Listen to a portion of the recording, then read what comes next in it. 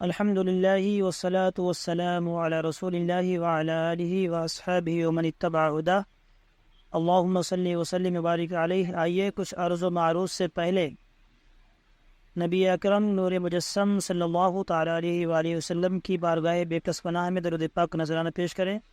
اللہم صلی علی سیدنا مولانا محمد معدن الجود والکرم وآلہ وسلم صلاۃ وسلام علیک یا رسول اللہ صلی اللہ تعالیٰ علیہ وسلم۔ اس نشست میں بھی انشاءاللہ عز و جل کچھ مسائل انبیاء کرام کے تعلق سے ہم جاننے کی کوشش کریں گے۔ سب سے پہلے ہمیں اس بات کا جاننا بے حد ضروری ہے کہ جو نبی ہوتے ہیں وہ معصوم ہوتے ہیں اور ان کا معصوم ہونا ضروری ہے۔ نبی جو ہوتے ہیں وہ معصوم ہوتے ہیں، اور یہ جو عصمت ہے یعنی معصوم ہونا، یہ نبی اور فرشتوں کے ساتھ خاص ہے۔ نبی اور فرشتوں کے علاوہ کوئی معصوم نہیں ہو سکتا اور نہیں ہوتا۔ معصوم کسے کہتے ہیں؟ معصوم کہتے ہیں اس ذات کو جس سے گناہ نہ ہو سکے، یعنی شرعاً اس سے گناہ کا صادر ہونا محال ہو، ناممکن ہو، ایسی ذات کو کہتے ہیں معصوم۔ ٹھیک ہے؟ مخلوق، لہٰذا کبھی کبھی ہم بچوں کو بھی معصوم کہہ دیتے ہیں، ایسا نہیں کہنا چاہیے، اس لیے کہ بچے معصوم نہیں ہوتے، بچوں سے گناہ ہوتے ہیں، اگرچہ ان کی پکڑ اس پر نہیں ہوتی، تو اس لیے بچوں کو معصوم نہیں کہنا چاہیے۔ معصوم صرف کون ہوتا ہے؟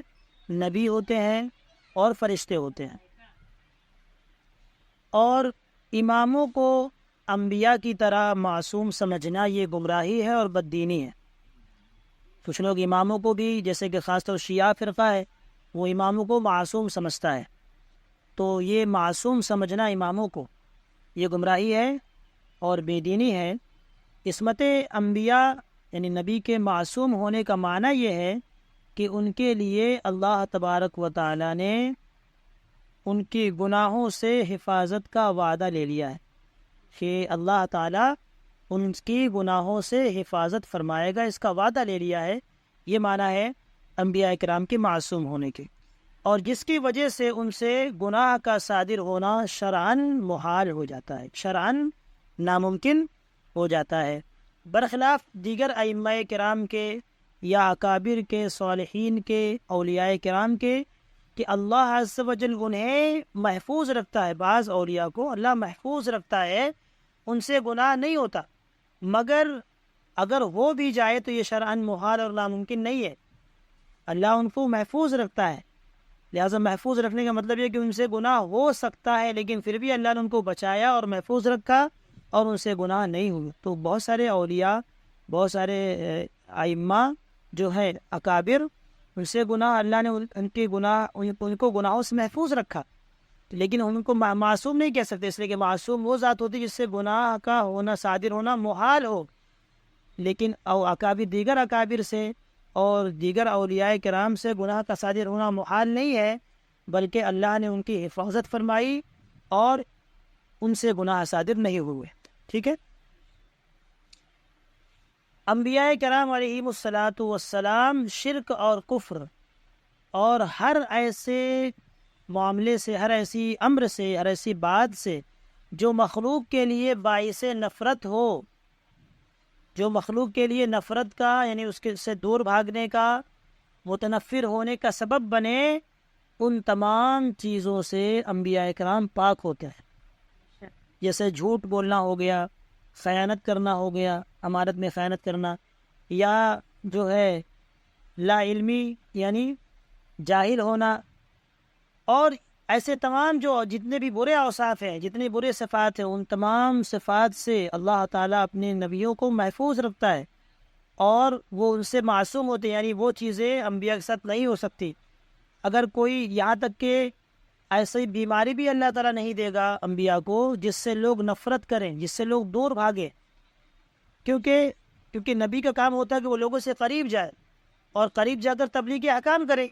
جب ایسی چیز اس کے اندر ہوگی، مان لیجیے معاذ اللہ کوڑ کی بیماری ہو گئی، یا بہت ساری ایسی بیماریاں ہیں جو مطلب لا علاج ہیں، جن سے لوگ دور بھاگتے ہیں، ابھی برس کی بیماری ہو گئی، پھول کی بیماری ہو گئی، تو ایسے بیماریوں سے لوگ بہت دور بھاگتے ہیں. تو ایسی کوئی بیماری ان کو لاحق نہیں ہوگی جس سے لوگ دور بھاگیں، کیونکہ انبیاء کرام بھیجے جاتے ہیں لوگوں کو قریب کرنے کے لیے، ہے نا. تو کیسے ہو سکتا ہے کہ اللہ تعالیٰ انہیں ایسی بیماری دے دے جس سے ان کے قریب لوگ آئے نہیں؟ تو تبلیغ دین پھر کیسے ہوگی؟ ٹھیک ہے نا. اس لیے جو واقعہ مشہور حضرت ایوب علیہ السلام کے سلسلے میں، وہ موضوع واقعہ ہے، مطلب گڑھا ہوا واقعہ ہے.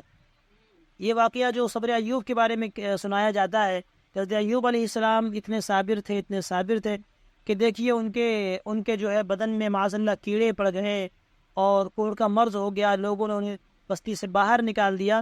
یہ بات موضوع ہے، اڑی ہوئی بات ہے.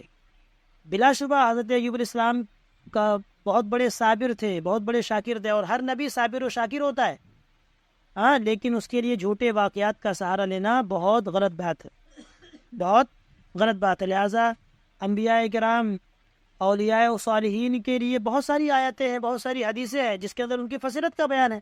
تو آپ کو ان کی فضیلت اگر بیان کرنا ہے تو ان حدیثوں سے بیان کرو.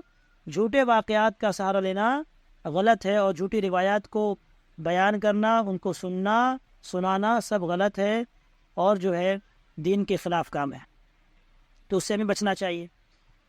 اسی طریقے سے ایسے افعال سے بھی یہ حضرات پاک ہوتے ہیں، ایسے کاموں سے جو مروت اور وجاہت کے خلاف ہو.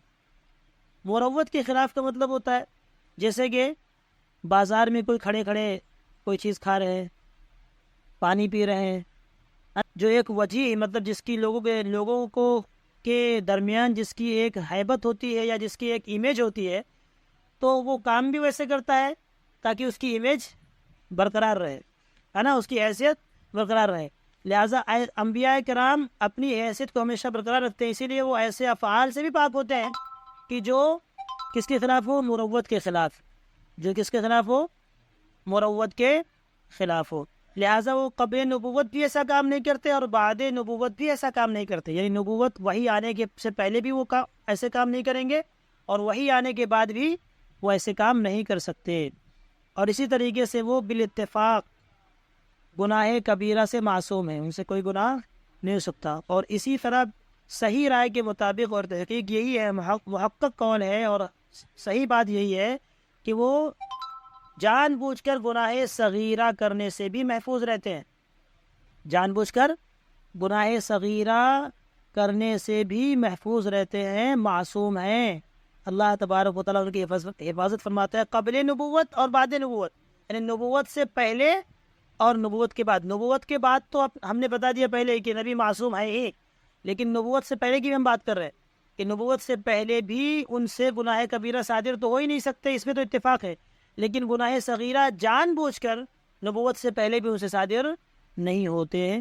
یہ انبیاء کرام علیہم السلام کا جو ہے مقام ہے کہ اللہ نے انہیں عصمت عطا فرمائی اور گناہوں سے معصوم رکھا، محفوظ رکھا. و تعالیٰ نے انبیاء علیہم السلام پر بندوں کے لیے جتنے بھی احکام نازل فرمائے ہیں، ٹھیک ہے، انہوں نے وہ سب پہنچا دیے. جتنے احکام نازل کیا اللہ نے انبیاء کرام پر کہ تبلیغ کرو اور اس کو پہنچاؤ، انہوں نے وہ سب کے سب احکام اپنے امتیوں کو پہنچا دیے. اب جو یہ کہتا ہے کہ کسی حکم کو کسی نبی نے چھپا لیا، کسی حکم کو کسی نبی نے چھپا لیا، نہیں پہنچایا، یا خوف کی وجہ سے یا اور کسی وجہ سے اس نے نہیں پہنچایا، تو ایسا عقیدہ رکھنے والا، ایسا سمجھنے والا اسلام سے خارج ہو جاتا ہے، اسلام سے خارج ہو جاتا ہے. لہٰذا انبیاء کرام جتنے بھی انبیاء تھے سب آئے، سب کو اللہ نے تبلیغ کی ذمہ داری دی، سب نے اپنا حق ادا کر دیا اور تمام احکام کو پہنچا دیے. ایسا کوئی حکم نہیں بچا اس کو چھپا لیا ہو اور اس کو نہ بتایا ہو امتیوں سے. ایسا کا کوئی عقیدہ رکھتا ہے کہ کسی کو چھپا لیا، حکام کو کچھ نہیں بتایا، تو ایسا عقیدہ رکھنے والا اسلام سے خارج ہو جاتا ہے. اور آخری بات اور عرض کروں کہ احکام تبلیغیہ جو ہیں ان میں انبیاء کرام سے سہو اور نسیان نہیں ہو سکتا، ناممکن ہے، محال ہے، بھول چوک نہیں ہو سکتی. یعنی جو تبلیغ کرنے کے احکام ہیں، بتانے کے نماز 5 وقت کی فرض ہے، یہ احکام تبلیغیہ میں سے جس کو بتانا ہے، ٹھیک ہے، نماز کو کیسے ادا کرنا ہے، اس طرح سے ادا کرنا ہے، 2 رکعت کو بھری پڑھنا ہے، فرض میں 2 رکعت کو خالی پڑھنا ہے، ٹھیک ہے۔ تو جو بھی احکام ہے یہ دینی احکام، ٹھیک ہے، یہ حقوق ہے شوہر کے، یہ حقوق ہے بیوی کے، یہ والدین کے حقوق ہے، تو جتنے بھی احکام تبلیغی ہیں یعنی پہنچانے والے احکام ہیں، ان میں انبیاء کرام سے بھول چوک نہیں ہو سکتی، ان میں بھول چوک نہیں ہو سکتی۔ ہاں بھول چوک کسی دوسرے معاملے میں ہو سکتی ہے، جیسے کہ اپنے ذاتی معاملات ہے، کچھ کوئی چیز کہیں رکھ دی اور اس کے بعد بھول گئے کہ ہاں یہاں پر یہ رکھا تھا، ہے نا، یہ ہو سکتا ہے۔ لیکن جو احکام اللہ نے تبلیغ کے لیے نبیوں کو عطا فرمائے ہیں، ان سے اس میں بھول چوک نہیں ہو سکتی۔ بھول چوک ہونا اور اس کا بھول جانا یہ ان سے ناممکن ہے، محال ہے۔ کیوں؟ کیونکہ اللہ